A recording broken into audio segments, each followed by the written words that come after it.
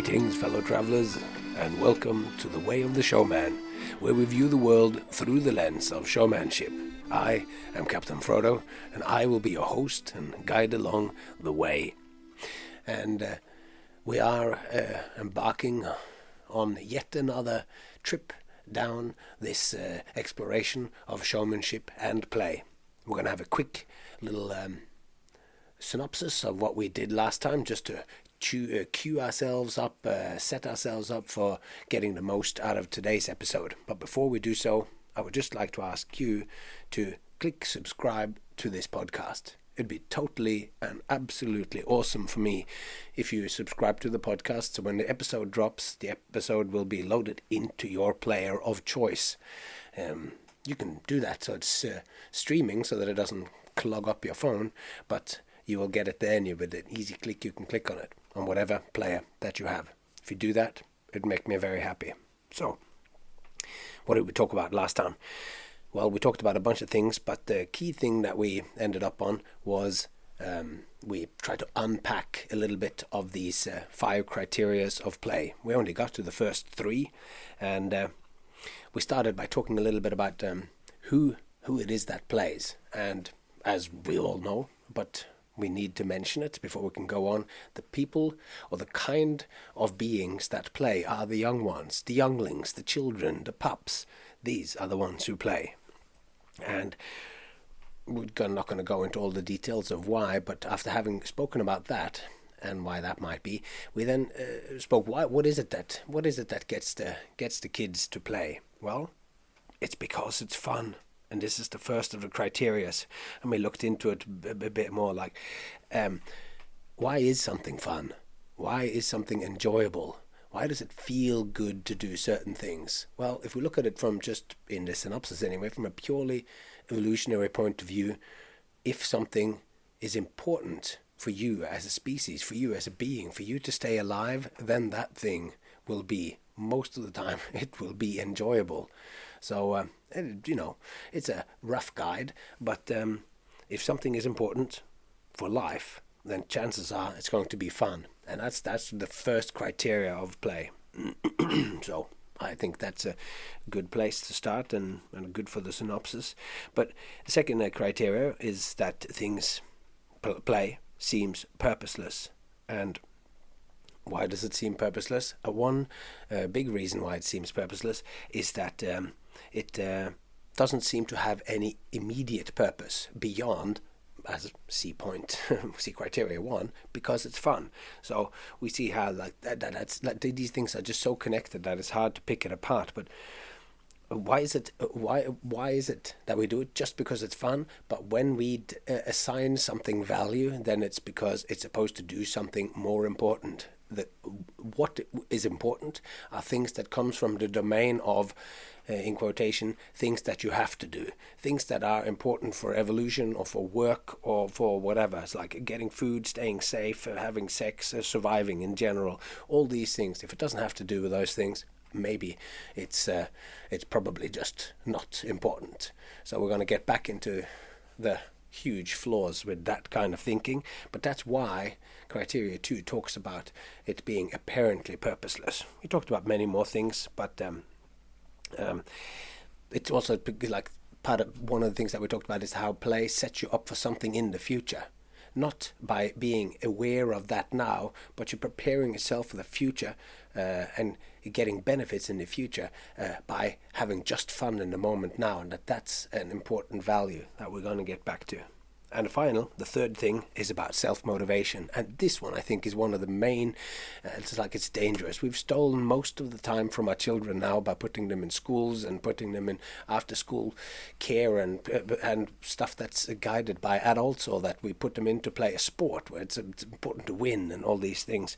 So we're stealing their time, and in that time we are taking away something that's quite subtle and really important, and that is to find out who you are. Because I think we're all born lost. Well, we're all born not even caring who we are. We don't know how to sit. We don't know which kind of gender or who we are going to be. We don't even know who we are in that very moment. We don't even know what is part of us and what's part of the world. So from there, we all have to find our own way in the world. And how do we find that? Well, we find it by, the short way to say is that we find it by being guided by our heart, using our heart as a compass on our way. With that, you can never go astray, as the poet, yours truly, wrote in a song one time. And I think that's like it's. But the thing about it is that the compass of the heart, which we have in us, speaking pictorially here, that has has a bit of radium dabbed on the end of those little arms, but that it is not very much. It's so little that you can only see it when it's very dark or whatever. So we can't find it, and or can't see it so well, or you can see it as a quiet whisper, and we don't learn so much. And it's not so easy to learn what it is that we like. If someone's always around you saying, this is right, this is wrong, this is right, this is wrong, do this. If you do the other one, then you'll be punished and have to do the class one more time or whatever. Then you get, as we spoke about last time, you get good at following the wishes and desires of others. So let's leaving that there. And what we take from the children is the ability to read their own compass, to find out their own inclinations, their own desires, and their own way. They might be lost, but they'll find their way if they learn to listen to themselves.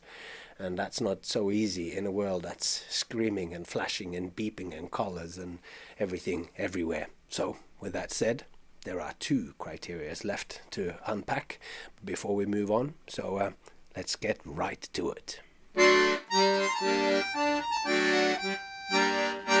All right, so we're back here, and last time I did get confused. I confused, but the confusion was all in my mind. It was all in my mind when I recorded, and I only realized when I recorded the whole thing that the criteria, I am taking them in the right order. But somehow, as I was telling you about it, I somehow lost track of what the order of the criteria are. So I'm apologizing for that. But we are now up to criteria 4, and this is about play and rules. And so the 4th criteria, play criteria, is about play and how it needs rules, or the need for rules in play. And this is perhaps something which might strike you as a little odd. Isn't free play, that I've spoken so much about, isn't free play completely free? Well, in a sense, it is. Yet here one must remember that rules are not just something which restricts players. The restriction of the players into behaving in a certain way, it is this which actually creates the game. It's what creates the different games. And the different rules, for instance, in handball and soccer, is what distinguishes the games. The games exist as things in themselves, as, well, it's not even a thing, but it's processes, as relational activities, and they exist because the rules are different. That's why soccer is soccer, or football, as we call it in Europe. It is called football because it has a rule that says you can only use your feet to move the ball, or your head, to maybe a little bit of other stuff, but let's just keep this real. Let's call it football. Why is it called football? You can only use your feet. And the only other example that I used, handball, well, handball is in a certain sense the exact opposite then, or complementary sport, since handball has a rule, or as one of the major rules, that you can't use your feet to kick the ball, only your hands. In both those sports, we have the trickster character. That's the keeper, the one that stands, the goalie, the one that stands in the goal in soccer, because the trickster keeper, the goalie, he can actually grab the ball with his hands, even though he's playing soccer, and he can kick it. And the handball goalie, they can also use their feet to stop the ball from going into the goal. I don't think they can actually kick it out. But anyway, there's a certain particular kind of loneliness to the goalkeeper, which is always interesting, I guess. But anyway, let's not get too bogged down into that. But the rules or the constraints, the fact that you can only use your hands, the fact that you can only use your legs, this is what actually makes the games. It makes the sport. And constraints creates actuals out of possibles. Like, anything could be possible at any given time. But if you don't actually restrict yourself to taking a certain amount of choices, then it just remains possible. Everything is always possible. I could study this, I could do that, I could go out and kick the neighbor's dog. I could do many things, but I won't do them. Only when they become actual does it actually become real. And there's a whole lot more possible things than there are actual things. Andre Bergson talks about this, and it's a wonderful kind of concept. But what constraints do in this case, or in any case, they aren't negative. It's the constraints that makes these different sports then come into being. Like in an undifferentiated world with no restrictions, no guidelines, no nothing, then anything would be possible. Yet, this is not a state that has ever actually existed in this world, because there are restrictions everywhere. From time and space and gravity, there are already restrictions. The world, life, humans, the things we create and the activities that we engage in, they're shaped by these things. Like things like time and gravity is of course so fundamental that we don't even think of them as restrictions. But it's a kind of restriction that I can't fly. If we lived on the moon, which we might do one day as people, then our gravity would be different, and it would afford different things. It wouldn't be restrictive in the same way that maybe there would be other cool, incredible games that we still haven't thought of that could be played in this I was going to say anti-gravity, but it's not quite anti-gravity on the moon. It's just a little bit less of it, because there's less of the moon, so there's less gravity. But be that as it may. But I mention gravity and time to point out that the restrictions to the world, or the restrictions that exists, they go all the way down to the very fundamentals, and they're part of what makes the world the way it is. From gravity to our particular desires, or our social intelligence, and what stands between us creating a new act and not creating it, like it all comes down to restrictions. It's all possible for me to make any kind of act, but as long as I just go around thinking I'm going to make the greatest act, well, what's it going to be? Well, I don't know. As long as it's the greatest, you don't really get much stuff done.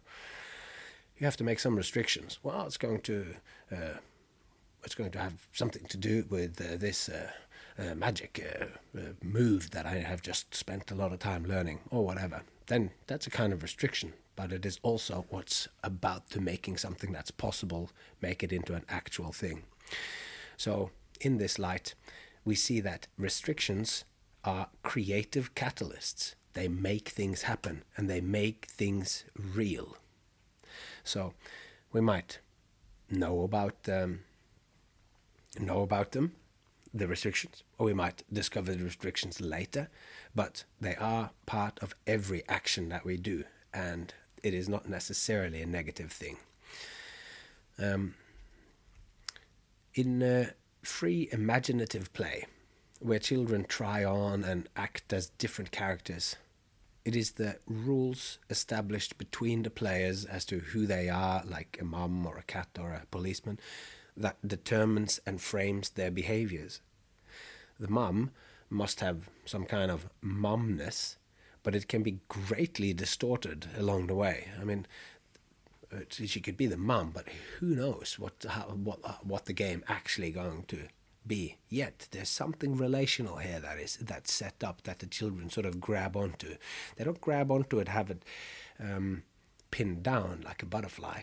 They hold it loosely. They hold the concept lightly and are ready to jump and to change any time along the way if somebody changes it in a fun way.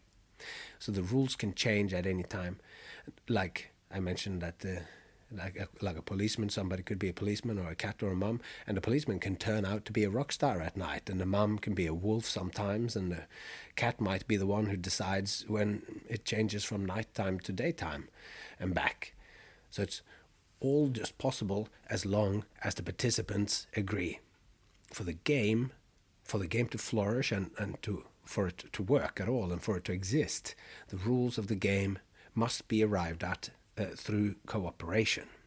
This is a free play, of course, because it is a little bit different when you're having a game of football, and there it's kind of like there's a possibility for a more kind of objective brilliance or an objective act of genius or whatever when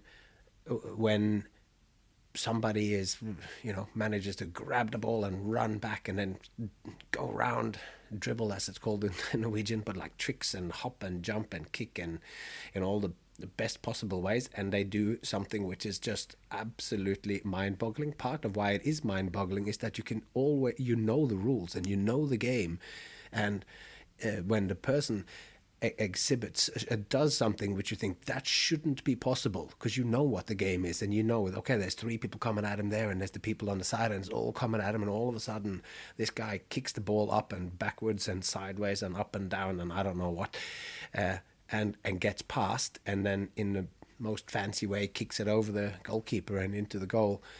When that happens, you can get this ecstatic excitement from the entire, sometimes it's tens of thousands of people who just stand up and just go absolutely bananas, because they saw that what this person did was like right on the edge of what should have been possible, and you might not even have thought it possible, and so they got to be brilliant within it. Whilst the games that we're talking about now are the games that are imaginative, and there it doesn't have that same kind of, because the rules aren't so rigid, you don't have the same kind of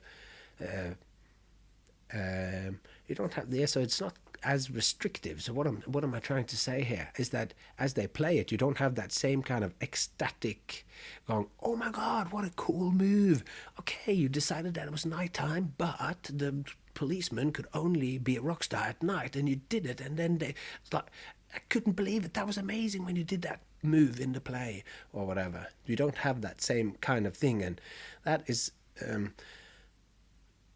it's the object of that game when you're doing it imaginatively is just, it has a different nature and a different goal, and the playing with the rules, which I think is happening in these imaginative games. It's not you're not playing within the rules, you're actually playing with the actual rules and being inside it. I mean, you're not just playing with the rules, but that's an aspect of it anyway. So, because it has to do with, like, if someone in a game, like an imaginative game with a rockstar cop and a mum that can be a wolf, if somebody in there repeatedly breaks the rules or changes the rules too often without their playmates being into it, then this can destabilize and actually make the whole game collapse. Since games are such fun, they're self-motivated and richly rewarding, then the kind of reward that you get from the game sort of gets richer and richer as they go on.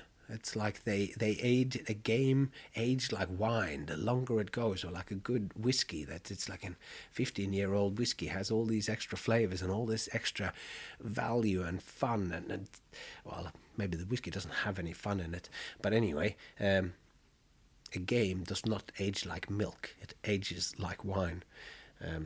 So because as imaginations and time is invested in the game's value, or it grows, and the value of fun is the value of fun and enjoyment of the game, and the interconnectedness of the negotiations and the discoveries that happens along the way when you are playing. So a game is a unique set of restrictions each game is that, and they each allow something new to come into being. If the game stops, then you won't know what you missed. Any moment in a game, in an imaginative game like that, is a kind of cliffhanger. So each kid has skin in the game. They care about the game and they don't want it to end. So that's, we spoke about that in Criteria 1 too. That is part of Criteria 1. That's like, it's so fun and it's so enjoyable. And when something is fun and enjoyable, we just don't want it to end. So that's that thing with having skin in the game, which is something I've heard recently on a few people talking about artificial intelligence and how that doesn't have skin in the game. I think it's John Vervaeke who's making this argument that artificial intelligence, it doesn't actually care. It doesn't have these real body ideas of, or it doesn't have the embodied version of itself where it cares one way or another, whilst we do. So having skin in the game is really important here for valuing it, and for the game to continue and for it to grow and for it to be what it is. So anyway, that was a unbaked idea that just popped in there. But games have then a certain fragility, and it takes a great deal of sensitivity to navigate the game with someone. If one person in the game refuses to play by the rules or is a bully, the others will notice. And if it continues, the insensitive kid might not be invited next time. Maybe none of them are going to stand up and tell them to leave, but people will know this, and then this person will be, this person's not so fun to play with. Because everyone in the game are equals, but that doesn't mean that everyone is treated the same way. If the bully doesn't take into account whether he is wrestling someone's little brother or is wrestling like a 9th grader who's the biggest in his class, then if they don't know how to tell this different and they don't play accordingly to the needs of the people they're playing with, then they are not fun to play with. Hence, this kid, bully or whatever, might not be invited next time. Next time wrestling is on the agenda. And let's face it, when you're a kid, particularly if there's boys involved, wrestling is always on the cusp between the possible and the actual. It's like wrestling could just spontaneously happen. So to be sure, to be sure that no one gets brutalized, just in case there's a wrestle that emerges and becomes actual, then it's best not to invite the bully, just in case.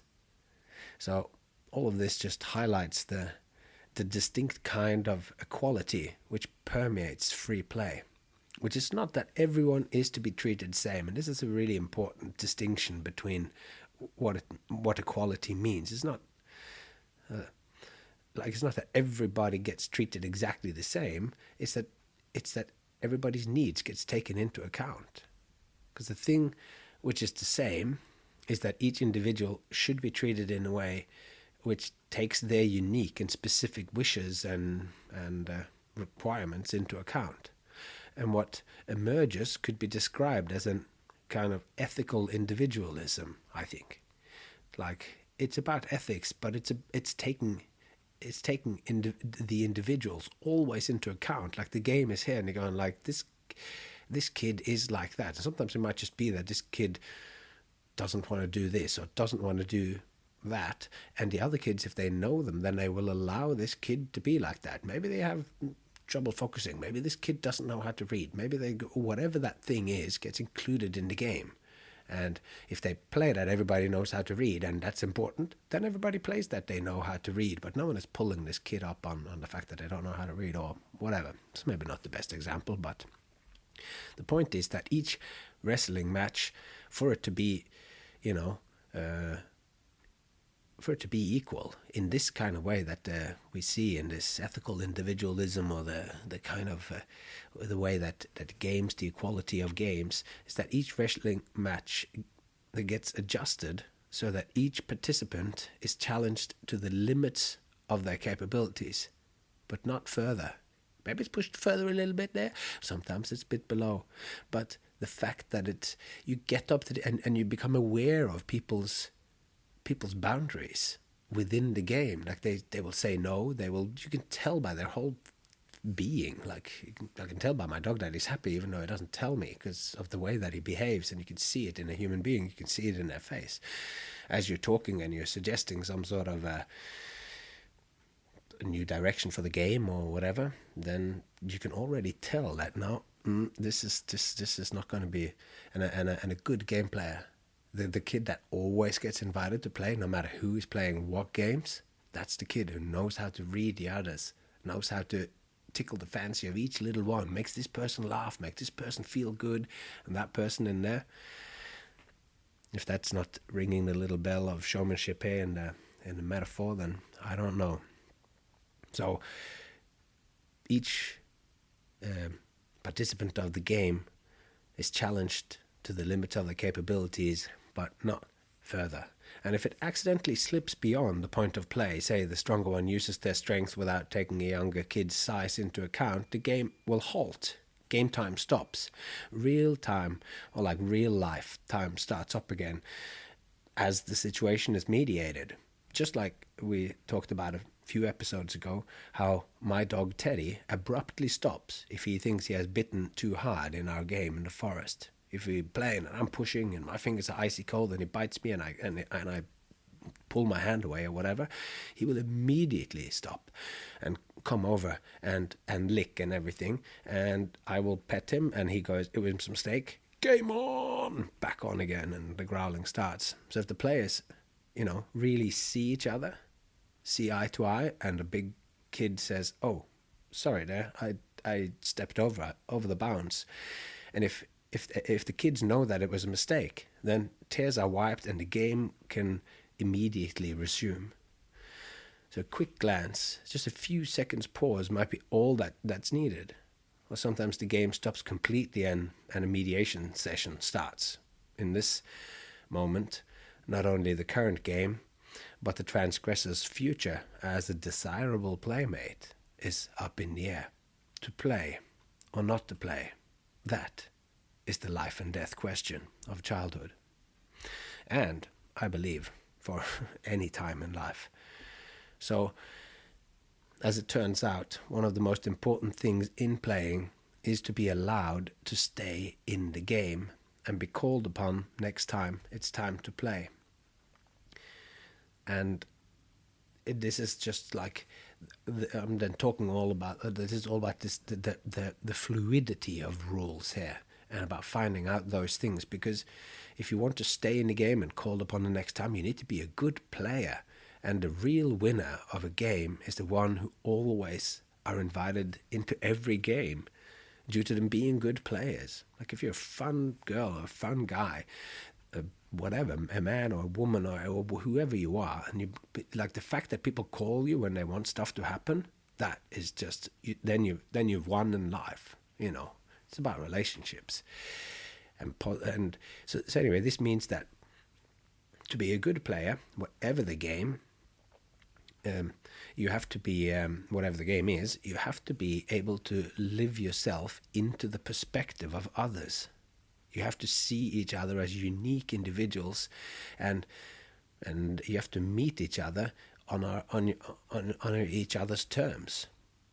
So, and this is not easy, and this is something that we explore in every game. There will be rules, and there will be mediation of the rules, and there will be change, and there will be fluidity, and there will be flow, and all this. And flow is broken. If the rules are broken, then the game stops, might completely disappear, not be started again. So during each and every game, this skill is practiced and honed. Like we learn about rules, and we learn about, and not rules that are written down like definitions in a book of law where it says this and this and this and thou shalt this and that. It's like it becomes an organic, networking, fluid, flowing thing. So yeah, and not just written down and going, well, this is the rule here, because the accountant is the difference again. Werner Herzog's idea of the accountant's truth, where everything is, where the greatest book that ever was written was the telephone directory, where Each number actually belonged to the person, and you could tell, but the ecstatic truth is much more exciting. And so anyway, I'm rambling a little bit today, getting a bit excited. Maybe I've had too much coffee. But anyway, so yeah, we honed this skill of fun and playing with the rules in an ecstatic kind of way rather than an accountant's way, and just following this, that, and the other. So, and that's what happens in here. And it's like, because a big part of it then, any game, is keeping your playmates happy. Making them feel just the right blend of challenge and mastery is far more important than winning. For some people, this is very hard, and for others, it just comes natural. And for those of us who carry the spark of showmanship in our hearts, this skill is supremely important. We need to be tuned in to what's going on with our audiences. Why are we doing what we do? If we might just create our art in the dark and do it and not care about what they do, but since showmanship so often is on the spectrum of entertainment, we do want the audience to enjoy themselves. So we're always tailoring it with that in mind. We're always tailoring it. Is our messages, is our ideas, is the excitement, is the fun coming across and being felt by our audience? If so, that's great. And in that, then we are keeping our playmates happy. We're making them feel just the right blend of challenge and fun. Like, I'm saying, I'm going to twist my arm around twice there now. And then they go, I don't want to see that. But then they see it and they go, I'm glad you showed me that, because you pushed me a little bit. All right. And all of this that I've talked about now, and I actually mentioned it briefly earlier as well, because it was sort of hinted at so strongly, and I mentioned James Carse, so I thought that I could talk a little bit about these different kinds of games. And this is games, when we're thinking of it in a very expanded way, not just as football or whatever, but that any kind of interaction could be seen as a game. And it's like in Nala's book, The Clown Manifesto, he talks about that as soon as a clown enters the stage, as soon as a performer, as soon as a showman walks out onto the market square, walks out onto a stage, and the audience is there, you are looking for the game. What's the game?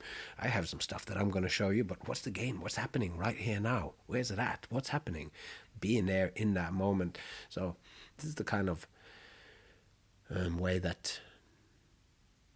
But I think game theory is kind of a little bit in this, but we're not going to talk about that. But it's treating any kind of interaction as a kind of game. It's a game where we're looking for the rules, or maybe a game that there are rules, and the fact that you step outside of those rules, it's like you come on stage and you say something inappropriate. You come onto the stage and then you go, sorry, I just have to brush my teeth before I go on, and then you actually brush your teeth. Then that's like inappropriate at that point. And you just set up this game, like you've broken some rules, and it's like, yeah, that if you look at that as a game, then you go, he just broke the rules. So let's get into this idea of finite and infinite games. James Carse wrote this excellent book, interesting, and that opens up with this sentence. When we play, there are at least two kinds of games. One could be called finite, the other infinite. When we play, there are at least two kinds of games. One could be called finite and the other infinite. A finite game is played for the purpose of winning. A finite game is played for the purpose of winning, whilst an infinite game is played for the purpose of continuing the play. Infinite games are played with the purpose of continuing the play. And so begins James Carse's book, Finite and Infinite Games, from 1986. And this is a brilliant way, I think, to express the nature of games. And I would say that free, child-led play has a very strong tendency towards infinite games. Any group of children who regularly come into contact, whether they go to the same school, live in the same neighborhood, or any other reason, will in a sense be involved in an infinite game. Each day might have a finite game, but life is an infinite game. It is important to have fun in each game, in each football match or character-based play in the forest, but more important than winning the individual game is that you're invited to play again the next time, to find out that everyone has gone into the woods to play again and that you weren't invited. It's one of the worst punishments a human being can get. To be excluded really hurts. So that book, though, it's kind of built up like almost like aphorisms. It's just sort of like verses, and then this is like one verse. When we play and continuing to play what I just read, when we play there are at least two kinds of games, and then it just goes on with these little stanzas.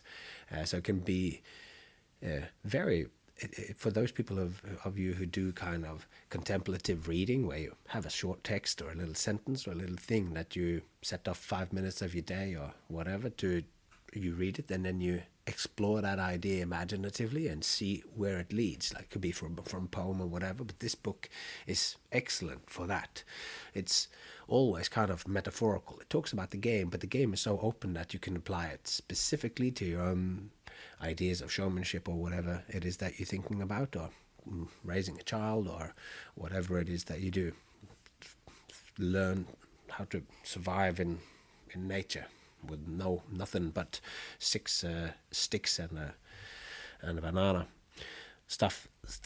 Common things like that people get excited by. So anyway, to be excluded hurts. It really does. So I would recommend that, have a look at that book if you like good and interesting books. Because it's not just, it's a little bit like almost like the I Ching or whatever. Different chapters talk about different things, and it's really one to get your mind spinning, which mine is obviously doing now. And the spinning mind and the going in every which so direction, that leads us perfectly into the fifth and final criteria of play. And as I mentioned in a couple of episodes ago, when you read different books about play, then you might find that different experts and different scholars and academics and play interested people might have different criteria, and by you connect them together, almost like when I spoke about how me and Nala each had a triangle, and but what we exactly put in that triangle is slightly different. So these different criteria aren't nailed in stone or anything like that, if anyone can actually say that. But these are 5 criteria, and this criteria here now, so full of when my mind is racing, is about imagination and the relationship between play and imagination. So the fifth and final of our play characteristics is that play is imaginative and improvisational. And this seems quite intuitive to me, unlike the rules where you have to think about it a little bit. But for social games of the sort of let's pretend we're superheroes or pirates or family variety, imagination is the axle upon which everything revolves. The rules of the game are imagined through a negotiated collective imagination. In part, the pirates behave like pirates do, but any and all pirate behavior can be modified. There might be no killing, only treasure hunting, or the pirates might decide that they shall also be mountaineers and then climb the world's most dangerous mountain using only hook hands, peg legs, and cutlasses as equipment. The games, with all its relationships in the ship hierarchy of captain, deck boys, and navigator girls, can be fluid as long as all involved agrees about the collective leaps of imagination. So in this constant possibility of game-changing imaginative left turns, it seems self-evident that what happens in the game is improvised. Play is improvised in the same way that life is improvised. Each conversation we have must be congruent with who we are in relation to the person that we're talking to, and the responses to each person's input flows back and forth based on that particular conversation's reality. Each of the talkers have the freedom to say and do whatever seems right in the moment. If either of them gets the sense that the other person isn't really listening, that will eventually kill the conversation. In politics or many other situations, a meeting might take the outward appearance of a conversation, whilst in reality the two sides might only ever be interested in stating their case, regardless of what the other side might be saying. In such a case, we're not dealing with a real conversation. We're not dealing with real improvisation. Not in that mutual kind of way that would happen. I'm using the word conversation here because a conversation, there is an aspect of imagination. There is an aspect of improvisation, but it's improvising reciprocally with another person, which of course is the stuff we talk about in when we that leads us to play. So much in the same way, like if some kids decide to play Star Wars, as I did, and one kid pushes really hard for everyone to actually play out what happened in the original 1977 film, constantly telling the others that they're playing it wrong, and the others will ditch the wannabe director. A real Star Wars game has the characters play out situations which are unfolding improvisational relations in the moment of the play. Free play does not rehash the lines from a film or a movie. It sweeps the participants away on a wave of discovery as the game progresses. So, improvising by saying and acting out what feels right in the context of the game whilst fitting yourself in with all the other players is a big part of what makes play so enjoyable. The feeling that the game can turn at any point, but that you'll be able to handle it, gives a wonderful feeling of mastery of one's own life.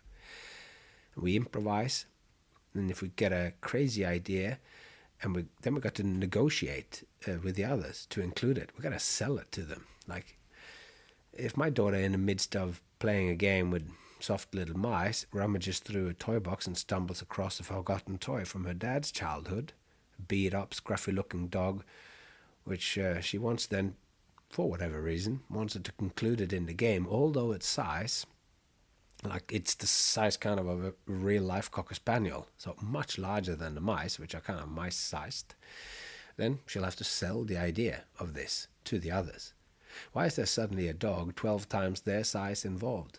Its size will inject something completely different into the game, and although Saskia might think it is exciting, it could disturb the other players in the game and potentially ruin the game. Saskia's task now is to improvise, is to convince the others not only that it'll be okay to include the dog, but that it will make the game even better, more fun for everyone. Then she has to improvise a fun and imaginative way, an enticing proposition that will make the others allow the rules of the game to be changed to include the big old dog, Old Faithful. It's actually called Faithful, Trofast. It's a real dog we're talking about here. I'm not just making this shit up. So the rules and what happens in the game can change constantly as long as the players agree, as long as they think it's fun. And watching kids navigate this is at least as serious and delicate as any UN negotiation. Any negotiation. So much is at stake. What if someone refuses even to continue the negotiation and then refuses to playing and ruining the whole game? Like, maybe as you introduced this kid that wasn't quite happy with the game in the first place, maybe you haven't read the situation right. You're totally into it, and then this other kid is already on the way out of the game. Boom, that was the catalyst. Now the whole game is done, and it's your fault. So there's always real risk. Each player has skin in the game, as we said. They can push past it, and they can push to get their will, but only so far. You really have to entice and use your improvisational and imaginative skills to sell it and to get the people on board with your ideas. And also just to get them on board with their other ideas. Maybe the kid that was pulling out was rather wanted to read a comic that they'd found, and if you're just right enough, then this dog was a dog that was there in the library, maybe, where that kid had just borrowed a comic, and I don't know, making this stuff up. But if I was there, I reckon I'd come up with some pretty good ideas of how that dog could be involved with the kid that read the comic book, and boom, then maybe you have them back in again in the game. So improvisation is to me the little touch that's yours alone. It's how you participate in whatever it is that you're doing. It's the lilt in your step, or how the musician dances within the rhythm of a song, or indeed how we all can get the feeling that we're dancing to the tune of life, our own life, when we hit a flow in our day-to-day existence. The constant improvisation and negotiation, always keeping the other players in mind, is direct practice and deep learning of how to function in any social setting that you'll ever get into in life. And of course, that little bell is ringing again. I should have a little bell here.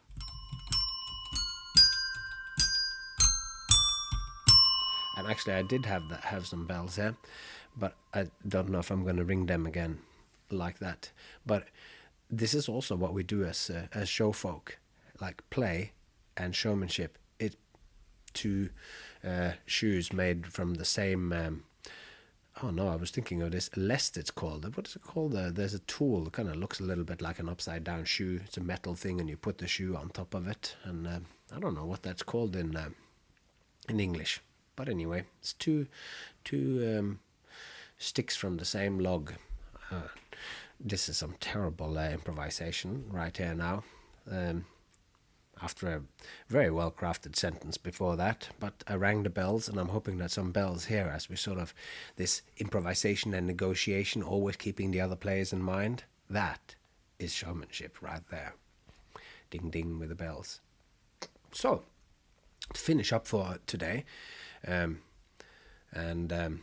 thought we would try to do what I said that we weren't doing, and that is to come up with some kind of definition here. So after all this exploration of the criteria of play, the 5 ones, I'd like to go against what I said about the impossibility of defining play by ending with a definition. And in light of our preceding exploration, I believe that we can find much of what play is in Stuart Brown's definition from his book called Play: How It Shapes the Brain, Opens the Imagination, and Invigorates the Soul. It's from 2010, and a very good first entrance into understanding play. Yes, very good. So, after all that talk about not pinning down the butterfly, I'm getting out my nails and a hammer. Here's Stuart Brown's definition. Play is an ancient, voluntary, emergent process driven by pleasure that yet strengthens our muscles, instructs our social skills, tempers and deepens our positive emotions, and enables a state of balance that leaves us poised to play some more. I'll read that again without the starts and stops. But as you've already heard here now, he's hopefully by this last episode and today's episode, there'll be lots of little pings going off in your head as you hear these words through.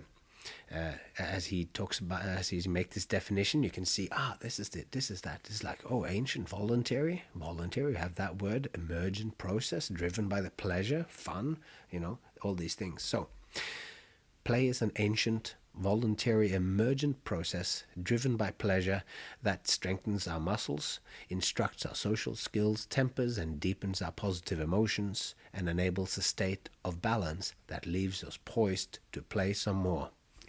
Getting right in there on the infinite games. So here we have a kind of definition which beautifully bites its own tail, like the Ouroboros symbol from the Child Empress's medallion carried by Atreo in Mikael Ende's Neverending Story. It points to the fact that play is done for its own sake, that play is an infinite game, for play is firmly and completely a thing in and of itself, not done to acquire some extrinsic benefit, but for the sheer experience of it. Play is a way to do things. It's an approach to whatever one experiences in life, since at the very ground of the human condition as we face the outer and inner geographies is experience. This is the very foundation of it all, and human beings are in a constant state of experience. It is something to be a human. It is something to be a human, It feels like something to be a human. what it's like to be a bat, as Thomas Nagel asked famously, we can't fully know. But we are all participants in the unfolding human experience. And what we are then left with is that the essential function of play is to modulate experience. Human play modulates the human experience. And how do we find our way? Well, I talked about it a little bit in the synopsis when this episode started, about play or about what our inclinations are as a compass. So let's finish this off with a tiny little bit about play as a compass. Because by squinting, looking metaphorically at the list of the 5 aspects or criteria of play, I see a mirror image of life itself. Not life as a thing that separates plants and animals from rocks, but the kind of activities of living, breathing organisms which makes up their lives. They see the similarities, but they don't see the separating things, but it sees it as one flowing continuum. There is life, but there is also the beautiful and deep questions of how to live it. There's life, but also the beautiful and deep questions of how to live it. Letting oneself be guided by what spark lives inside us towards whatever makes us feel good, by whatever rules we might dream up, in such a way as to connect deeply with our fellow humans and any other species for that matter, like little Teddy. That seems like a good life to me. And we've seen here that when I say this, it's like whatever makes us feel good, but it's whatever makes you feel good whilst being in a relationship so that it is positive for everybody involved. That's the kind of good that we're after here. That's the kind of good where you can't feel good if you're making somebody else feel bad. And if you do, then I don't know, there's something wrong with you. With a little translation and imagination, the criteria for play become a wonderful little list of things to remember. Amidst life's bustle, we find that we have lost our way. If we do, I mean, and we all do that from time to time, as Dante said in the beginning of the Divine Comedy, I find myself, it's like midway through life, I find myself lost. And we all have that at the dark night of the soul. We all lose our way. And going through that list, those 5 criterias, it can be a little bit like a pilot getting ready for her next leg of flight. Like each pilot's got to be checking have we filled petrol? Are the wings attached? Have we got enough drinks for the people in the plane? Maybe they don't have that on their list. Might be on someone else's list. But either way, if we find ourselves lost, checking each of those criterias on the list of play criterias against the many aspects of our life, or in the many aspects of you can see for yourself or your mother or your sister or your friend or your lover or your thinker or your doer or your dreamer.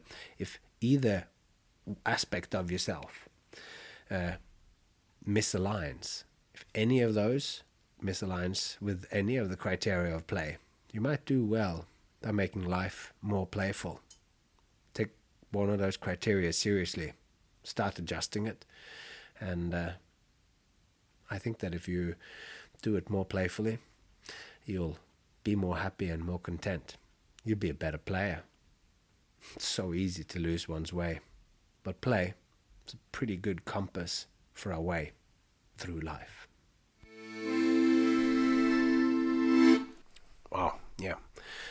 I'm getting my head is spinning or something like that. So it was a fun episode for me to record. I hope when you listen to it in your own time that it won't be too all over the shop. Sometimes when I do these things, it feels a little bit like I am having a conversation with my writing.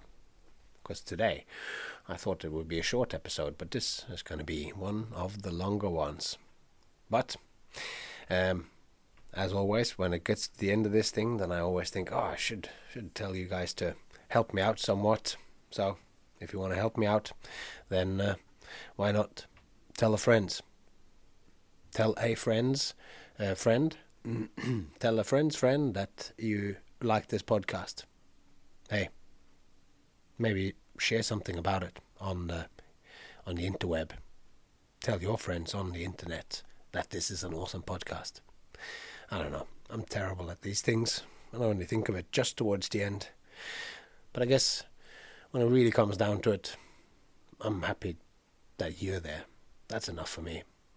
But if there's more of you, then that should make it even more exciting, because it's about relationships, and those times when some of the most amazing people that I've met from this venture, and also some conversations that I've managed to have with people that I knew from before, but that new avenues have opened up. So anyway, until next time, tell someone you love about this podcast, and take care of yourself and those people that you love that you've just told about this podcast, and I hope to see you and your loved ones along the way.